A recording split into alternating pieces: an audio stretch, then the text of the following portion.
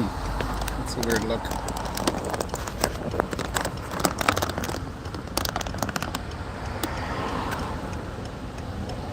I never get live right.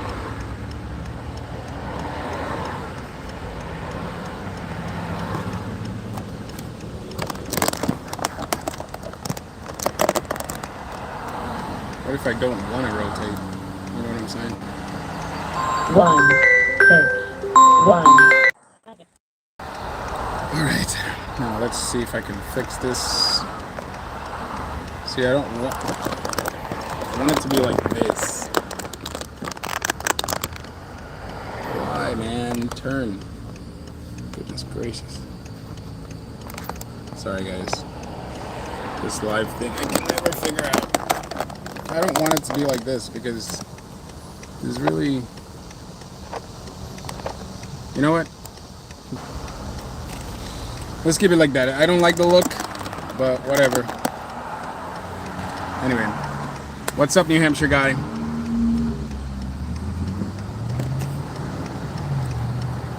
Yeah, so I'm just coming from work, and I decided to take a ride, you know, because I was tired, man. I had like 4 hours of sleep, and I said, let me go for a ride. And I've been meaning to go on this trail that's next to my job. This beautiful trail with a lake, but it looks like a pond or a lake. And I finally did it. And but not in a bad way. But what was scary though was what happened was you'll see it in the video that I'm gonna post. But what happened was I said, let me take it easy. Take it easy. Go for a ride. You haven't been riding in a while. You know, and I felt like I rode the other day, so that should be fine. My muscles should be back. But apparently my muscles weren't. Hold on, I don't know. Hold on for a second. Oh, goodness. Hold on.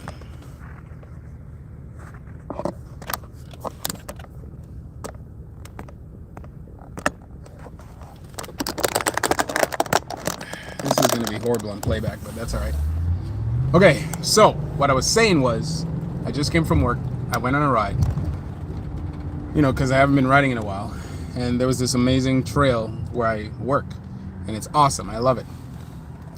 Now I love it. I saw it online, like, you know, on Google Maps. It was beautiful, but I decided to go riding again to get myself back into the mood of riding. You know what I mean? The mode and mood of riding. But man, riding is like math. You forget about it, it forgets about you. And you know, my mind knows what to do. Like, my mind knew exactly what to do, how to jump, how to turn, how to do all these things.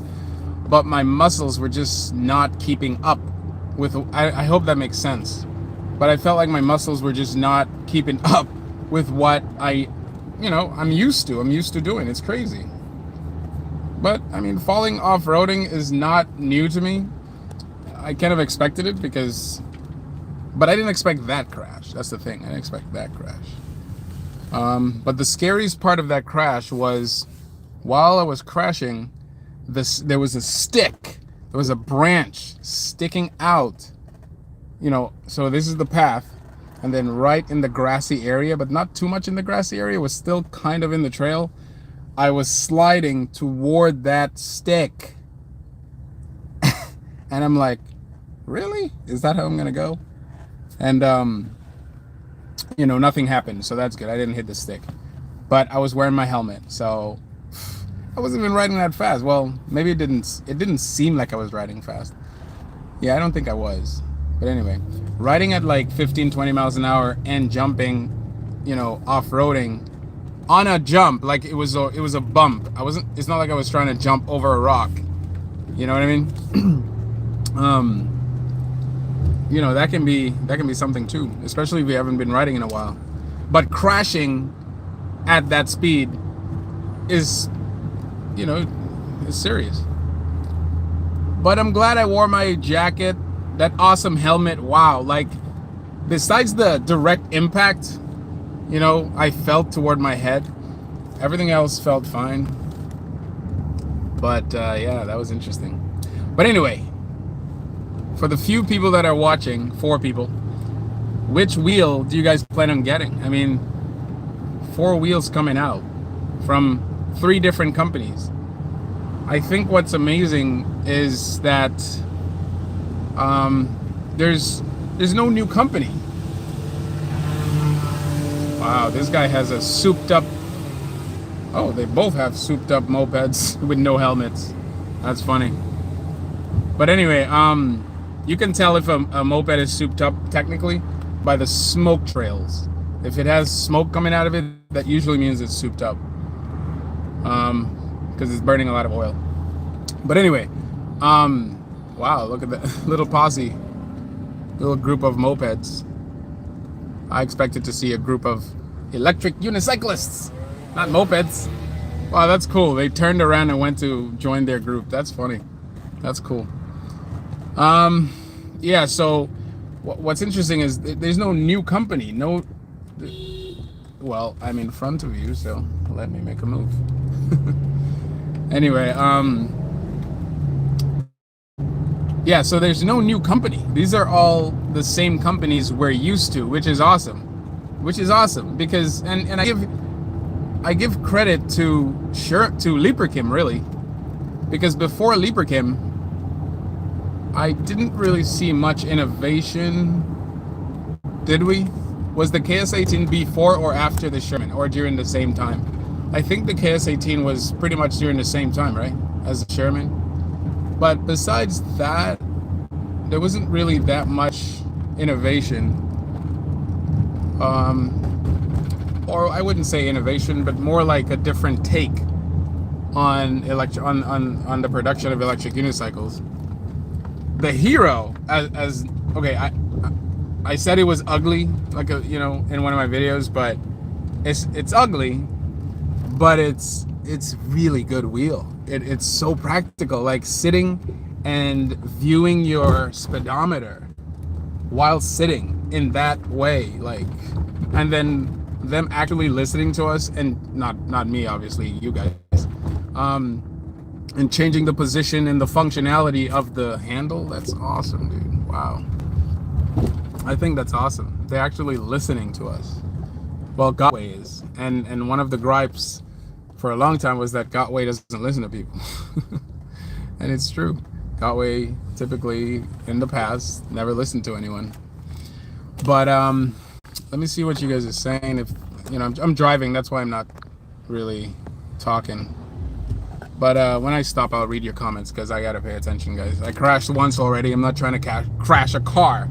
You know what I'm saying? I crashed myself, electric unicycle, not trying to hit other people in cars. So I gotta drop my car off to the shop tomorrow, so I plan on riding back early morning, though. Early morning, maybe like 6, 7 maybe, and then ride back home. That's gonna be a beautiful ride again. But yeah, so man, like, did they all get the memo at the same time that we need new wheels, faster wheels, longer range? It seems like weight is no longer an issue. It's not that it's no longer an issue, it's just I don't see any new battery technology that would allow for lesser weight with more, more stuff. But 80 pounds, 75 pounds, or is it 78 pounds for the Hero or something like that? The Sherman was 77 pounds on paper. I don't remember how much it was in real life, but either way, it was very heavy. So you could imagine, the lightest wheel among the 3 that's being released is the KS20, surprisingly. Well, not surprisingly if you think about it, because the KS20 does not have a lot of stuff. Okay, I take that back. It has a lot of stuff presented differently. So if you look at the KS20, there's very little body. Like, like it's like a thin girl. It has enough body, not too much, No love handles. But it does come with very innovative pads, side pads. That's very interesting. Wow. Adjustable side pads.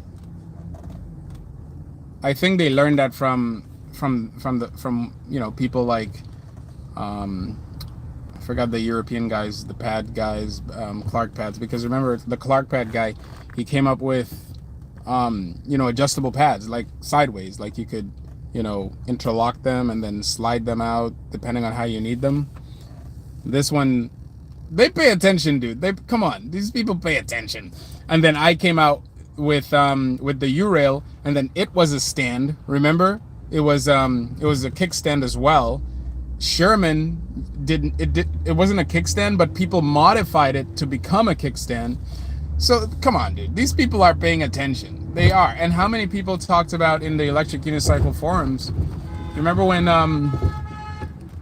is it me? Are you guys honking at me? Remember when, which wheel was it? I don't remember which wheel, but there was a wheel. I think it was in motion or King Song. I'm not sure. No, it was in motion with the V11. I believe that people were expecting the wheel to have adjustable headlights based on how steep the incline is. Can you guys correct me on which wheel that was? That we were expecting that feature out of. Either way, King Song got the memo, because now you have adjustable lights. That's cool. That's very cool. That is very cool. I'm sorry, but again, I always like to look at the negative, only because it's not like a car where you have four wheels. You could be as bombastic as you possibly can with the car, because the safety margin for cars in general is pretty high. You're enclosed within metal, so it's okay. Even with motorcycles, you have two wheels, and you could be as flamboyant as possible with your motorcycles, but the safety margin compared to an electric unicycle is still pretty high. An electric unicycle is probably, and put a 1 in the comments, put a, if you agree with me, the electric unicycle is the most dangerous mode of transportation in the world. For those who don't know how to ride it, and for those who know how to ride it too, but generally speaking, not because of how it rides, but because of the fact that it's a one-wheel device which is primarily dependent on electronics. You know what I mean? It's not like there's a mechanical safety net or a mechanical backup that will allow us to protect ourselves in case of a crash. It's completely electronic, so you can make it as mechanically sound, so in case of any crashes, you don't have the wheel like the Monster. There was a crash I saw on Instagram. Man, that was a intense crash. He had his rim was like destroyed, like chunks of it actually came off. But that's pretty intense. But what I'm trying to say is, King Song KS20, although it's an amazing wheel, and a lot of people are going to buy it because of the presentation, because of how amazing it looks. Even me, I'm not even into King Song like that, but that wheel looks freaking amazing, man. And the specs, 44 plus miles per hour? I don't know King Song to be offering much buffer when it comes to your top speed. What I mean by that is, in Gotway, for example, if it says 40 miles an hour, it usually means it's 43, 44, 45. You know what I mean? Leaper Kim, if the Sherman says its top speed is 45 miles an hour, you can expect pretty much close to 60. That's a very philosophy, because there are going to be crazy people out there. But King Song, although it has not been known to be dishing out performance wheels, that is a performance wheel. By current standards of performance wheels, that's a performance wheel. And I think adding a buffer, a very significant buffer to that wheel is important. I expect tilt back. What kind of things are what kind of features are you guys expecting from Song KS20? We know what's already on e-wheels. We know that, okay, and all these UCOs and all that. But what kind of other things are you guys expecting? Because who knows, maybe they might have some trinkets that they never mentioned. Or what would you like to see? Because we haven't seen the first one. And didn't they do this with the KS18, where they released the first version, you know, the pre-production version, and then we tested it out, we crashed it, we broke it, we said, hey, why is it tilting? Why is it cutting out at this angle? Why is it so flimsy? Why is there no power? Why is it cutting out? Blah, blah, blah. We had so many comments for them, so many critiques, and they tried their best to respond to all these critiques, to no avail. I'm playing, but not too much avail. That wheel is still a very weak wheel and should not be pushed too hard if you're over 175 pounds, in my opinion, off-roading, because of how much torque is required for off-roading, how much power. But what kind of what are you guys expecting from them? You know what I mean? Electric Vibes, I believe. Yeah, he's the one that showed a little sample picture or a little video of the actual wheel the other day. That was impressive. It still looked like a picture to me, but it's impressive. Now, once that wheel comes out, my interest is, I want to see if the interest goes up or down, because renderings are very different than reality. You know what I mean? I mean, I'm looking at the wheel and it's like, let me see. Let me see. It looks like there's more wheel than there's body. And that's a concern for me. It's a little concern for me, because less body and more wheel, that's, I don't know, man. I don't know. But you know, I don't know what it's called. It's a metal bracket, like, not metal bracket, but it's like a metal fixture. If you look, it's like grates. I don't know, man. I don't know these terms. It's, you know, like they use it in robotics and stuff like that. That type of metal where you have like them interlocking with each other and stuff like that. It looks like it's made out of that, which is good. It looks like a very good frame, very good solid frame to help support the overall structure. But compared to the Hero, minus the speed, what do you guys think? What do you guys think in terms of structural rigidity? Okay, let's compare the KS20 to the Bigode Hero. What do you guys think about how structurally sound these two wheels are? Is the KS20 more structurally sound than the Bigode Hero, or vice versa? I say that the Bigode Hero is more structurally sound than the KS20. Put a 1 in the chat if you agree. I'm learning this from other YouTubers. The S20 looks like a sports bike. Yeah, I know. It does. It really does. And I think that's the appeal. I honestly think that's the appeal, is that wheel, you know, they're just trying to get into performance space, that's all.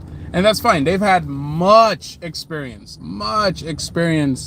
throughout the years of not being in the performance space, okay? And that's the good thing about people like Song. You know, Gotway started off as a fanatic, as a fan, you know, and a fellow engineer who liked electric unicycles, who loved electric unicycles, and at the time, even now, did not come off as a corporate entity. Whereas InMotion and Song were always that. They were always corporate, entities. They always gave you the proper safety guidelines. They always said, don't do this, do this. Gotway said it too, but it was more like, don't worry about it. You know, if it happens, it happens. We'll get you, just get another wheel. You know what I'm saying?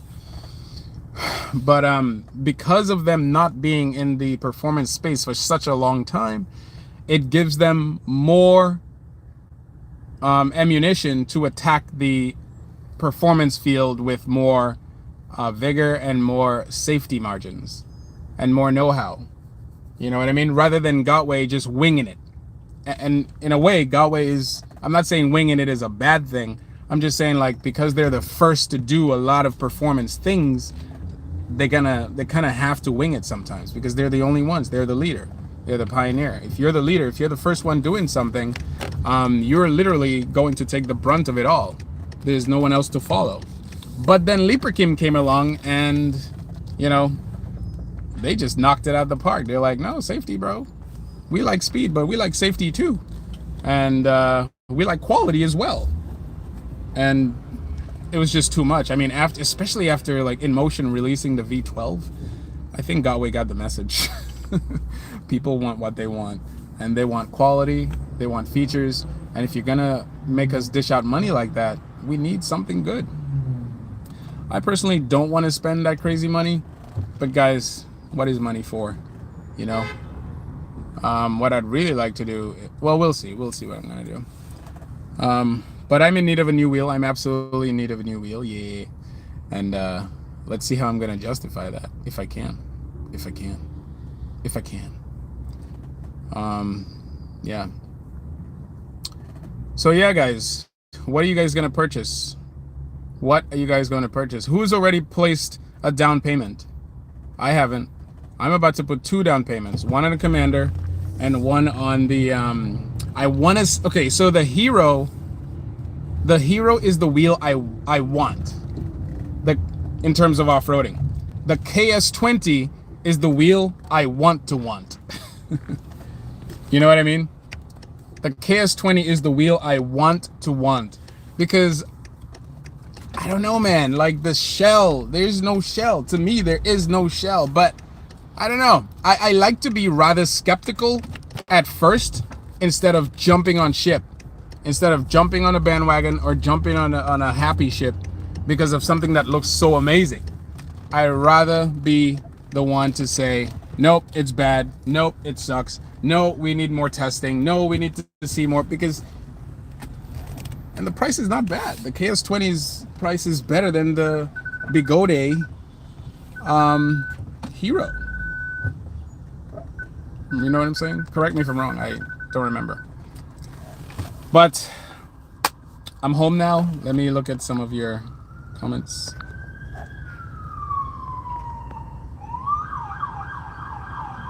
Okay, chances of, this is from Real Talk. Chances of the King Song pulling off the publicized specs. If we can learn anything from the V12, I don't think they're gonna pull it off. But I'd rather think that way instead of expecting them to do it out of the box. Because if I lower my standards, I feel they might shoot up. If I increase my standards, you know, then when it comes out, kind of like the KS18, you get kind of disappointed.